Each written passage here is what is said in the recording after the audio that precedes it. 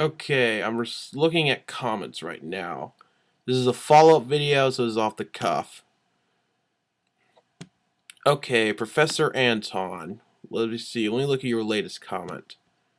You state this. When I asked you for a reference to any of the old church, or any of the early church that supported the notion of a guilty God, you stated this. No, I cannot reference a source, and that is why it is an interesting question. It offers a new historical vantage for understanding the formulation of the Christian narrative in antiquity.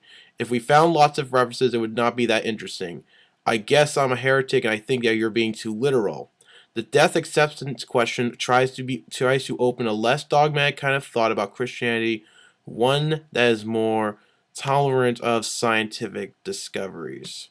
Okay, I think we need to start back from the beginning because I think you're really misunderstanding where I'm coming from.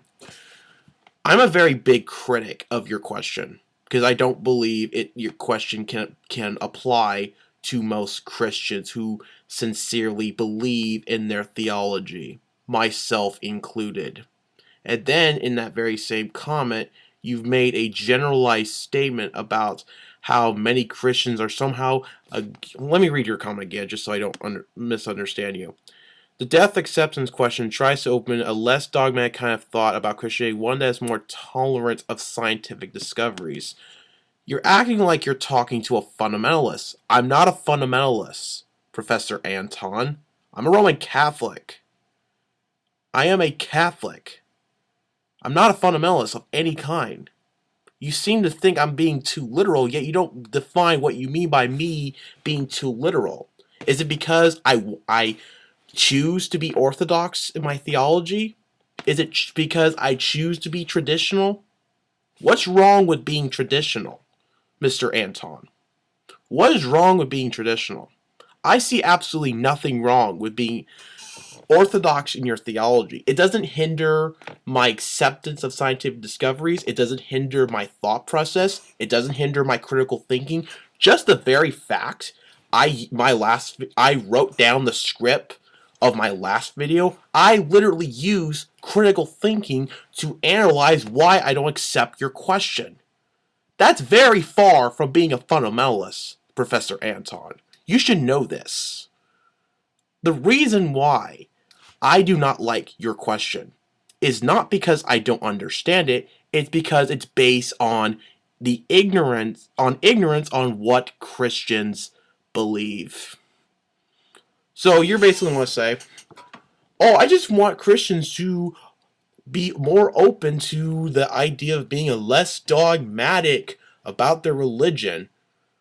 Okay, that's an admirable goal, but it doesn't work. Because you're already presupposing an idea that Christians don't believe in.